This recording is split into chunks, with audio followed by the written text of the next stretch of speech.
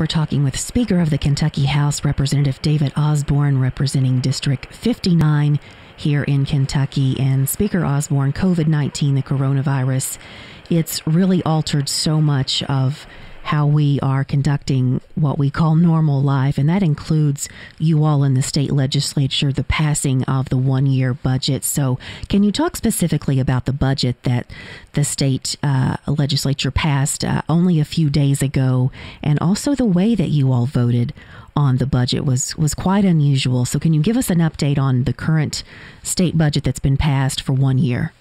Sure, Amy. Thanks for having me, first of all. And the virus that we are dealing with, it is changing the way that every single person in Kentucky and America is going through their business life, their personal life, their family life, their home life. It really is making us reassess what normal even is, and that certainly holds true in the budget that we just passed just last week during the. I guess it was on the 1st that we passed the actual budget, and we did do it in a rather unique manner. This, for the first time in history, after lots of evaluation by legal experts and constitutional scholars, it was determined that we could actually vote without being in the chamber, without all of our members being in the chamber. We concluded that we had to convene in the chamber, that everybody had to actually come in, register their attendance, and that the proceedings actually had to occur in the chamber. But the members were allowed to go back to their offices and then vote electronically from their offices. And so during the entire proceedings, they were able to text or phone in questions, comments, other inquiries about particulars of the budget, but they were not physically on the floor. And it was a very, very strange place to be, to have that chamber that is normally full, not only of legislators but visitors and guests. To have 6 or 7 people in there was a little bit unusual, but it was effective. We felt it was important to do everything we could to continue to conduct business as safely as we possibly can. We acknowledge that there are some things that we just have to do. As the legislature, we are required to adjourn by April 15th, a week from yesterday, and next Wednesday. And in that period of time, we were constitutionally obligated to pass the budget. And so we take that charge very seriously. We did have to pass it, and so that's what we did. Unfortunately, the budget that we passed on the 1st was a great departure from the budget that we passed earlier in the session. And we passed the budget back at the 1st of March out of the House. That was a budget I think that many of us have been looking forward to, and that was one that finally, for the first time in several years, gave us the opportunity to do some things that we had hoped to be able to do, to restore some funding to higher education, to actually reward our hardworking public employees and give them small raises. They weren't huge, but they were at least an acknowledgement of the good and hard work that they do. And then we sent that to the Senate. They put their mark on it. We got together in conference committee, and unfortunately, by the time we got to conference, the world had changed as we know it. And we had the numbers that we had budgeted to were the only numbers that we really had were provided back in December by the Consensus Forecasting Group, which that's an independent group that gives us the numbers that we are bound to balance our budget to. Speaker Osborne, Governor Beshear has mentioned this several times, and you obviously know it as well. There are currently more unemployment filings going on in Kentucky right now than ever before in Kentucky's history. So how is the state handling that and dealing with that, trying to make sure people get what they need as quickly as possible? And what will the impact of all the unemployment filings and cases be like for the state when this is passed? Amy, we just don't know. And that's, I think, kind of the most alarming part of it all is when we ultimately came to a budget, the number that we used was the most pessimistic number that the Consensus Forecasting Group had given us. But even with that number, there's no great confidence in its reliability, because we just simply do not know what those numbers are going to look like in 3 to 6 to 9 months down the road. We are seeing dramatic unemployment numbers, record filings every week, both in Kentucky and nationwide. We know that the impact is dramatic. We don't, at this point in time, we don't know how long it's going to last. We don't know how deep the impact will be and how long the recovery will take. This has been compared to, many economists think that this recovery will be very quick and very sharp. But that's something we just don't know. And it's, as the federal government has done, the state government too, and it's the COVID relief bill that we passed was focused on getting as much help as we possibly could to as many people as we possibly could, knowing that it was going to be a dramatic change. Our state unemployment, saw the numbers just yesterday, our state unemployment offices have gone from 12 employees to over 1,000 in the last 3 weeks. And they're still seeing system crashes, and we're fielding calls every single day to try to help people navigate the systems, to try to get them the relief they need as quickly as we possibly can. Another unknown, small businesses across the state of Kentucky have either had to close completely temporarily, or they've had to close their in-store businesses. And they're doing business in many different ways now, and that also will have an impact on the economy here in Kentucky. It certainly will, and I know that the federal relief bill that they have passed is providing a lot of cash assistance, small business loans. What we are discussing now is how to drive people back to those businesses once this does pass, and trying to do some creative things with tax policy to try to get people back in those businesses as quickly as possible and drive the public back to them as quickly as possible. It's a difficult undertaking, and certainly anything that we do is going to be inadequate at the end of the day. But it will be as much as we can possibly do to try to help as many people as we possibly can, as quickly as we can. Speaker Osborne, what are your thoughts about the stimulus package that the federal government passed in March? Well, I think certainly it's going to provide some welcome relief. The unemployment relief that it is providing especially to part-time and self-employed workers is incredibly consequential. The extension of unemployment benefits, the small business loans.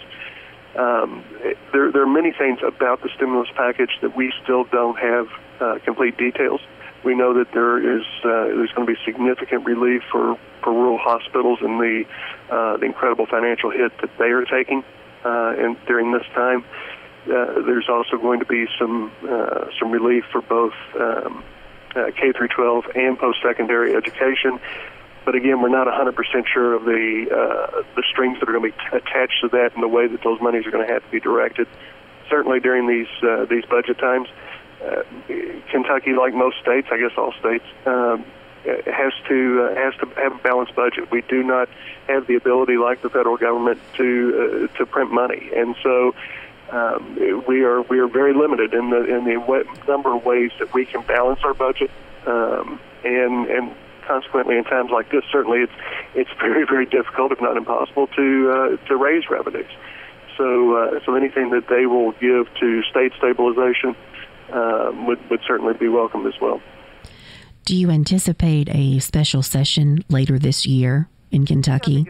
I think it's possible. There are certainly things that we are going to know 3 to 6 to 9 months down the road that we just don't know now. Whether or not those things will require a special session or whether they can wait until January is yet to be seen. We just don't know. And I think that certainly we will be ready if the governor feels it is appropriate and necessary for us to come in after April. But certainly there are a lot of things that we will anticipate and plan on coming back and addressing when we come back in January. If you all are not called back for a special session, or if you are, or if you come back in January 2021, what are next steps for Kentucky? What are next steps for the General Assembly on how you all help lead Kentucky back into what we're calling normal life again? Well, I think normal lives is yet to be, I think, completely defined at this point. And there's only so much that the government can do to make things normal. We can do as many things as possible to ease the burden, ease the pain. But the fact of the matter is, this virus is creating incredible pain on this country, like the likes that we've not seen in modern history. And certainly dealing with it will be one that we kind of have to see how the entire economy unfolds and how it recovers over the next several months. But certainly it's going to require us to get creative. And I think that being creative with easing regulations for businesses, with expanding opportunities for businesses to do things to get people back in their businesses, reopen their manufacturing facilities as quickly as possible. Those are going to be things that will impact the lives of every Kentuckian, and we will move through those as quickly as possible. What's the working relationship been for you all in the Kentucky General Assembly and with Governor Andy Beshear in his executive office? It's been relatively limited of late. He has largely been focused on managing the health side of this issue, and we've been trying to get a budget put together. We have certainly been in conversation with the governor a number of times about additional tools that we can give him. Certainly, he does have some authority under his emergency powers through executive order, but those things are limited, and some of those things that were specifically done, for example, in our COVID relief bill, were things that do require statutory change. So we continue to communicate back and forth with them, but we're each kind of taking care of our own areas of business right now. Speaker Osborne, from your perspective as Speaker of the Kentucky House, what advice would you give Kentuckians right now to keep ourselves safe, of course, during this time, but also what we can do our part to help keep our economy going in Kentucky, keep ourselves going? From your perspective in the House, as Speaker of the House, what advice would you give to Kentuckians right now? Well, I think the first thing is be cognizant of your mental health. I think so many people are worried about, and rightfully so, about their physical health, about the virus, but the incredible amounts of stress that this is taking on or having on individuals, on families, the financial stress, having to adjust to being confined or nearly confined at home, to having the kids out of school. These are things that take a toll in many, many different ways on all of us. And I think to be particularly cognizant of those around us that may not be coping with that stress quite as well. There are things that can provide relief. There are counseling services. We did authorize in one of our bills the ability to do telehealth counseling services. And I think these kids are incredibly resilient, but this is taking its toll on them as well. We have done things like expanding school food service for those that are food insecure, but there are still some struggles that all families are going through, and I think that continue to do what you can to take care of yourself, take every precaution that you possibly can, but also be a good friend, be a good family member, be a good neighbor for those that can afford to patronize those establishments that are still open. Certainly, everything that we can do to help out our small businesses, our local restaurateurs, those types of businesses, every little bit will help when this thing does clear, and we can keep them in business and get people back to work. So still a lot of unknowns, right? Unknown when this will end and when we can start getting our economy back and how long it will take to do so. So still a lot of unknowns, as you've been saying.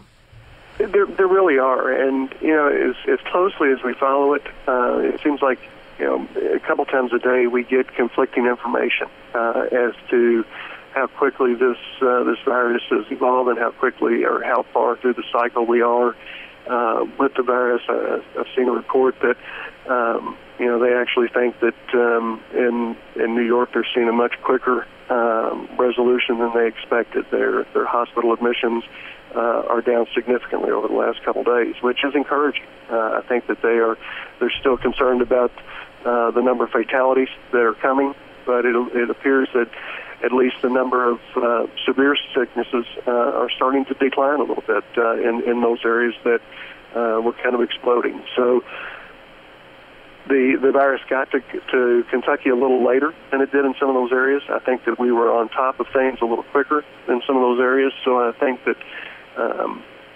we will manage the impacts maybe a little better than some of the other places have seen that got hit earlier. But trying to understand the long-term implications of this, it really is impossible to try to calculate right now. Representative David Osborne, Speaker of the Kentucky House of Representatives, representing District 59. Thank you for taking the time to call into our Forcht Broadcasting stations, and we certainly wish you and your family the best, and stay safe and healthy. Absolutely, and you as well. Thank you. Thank you.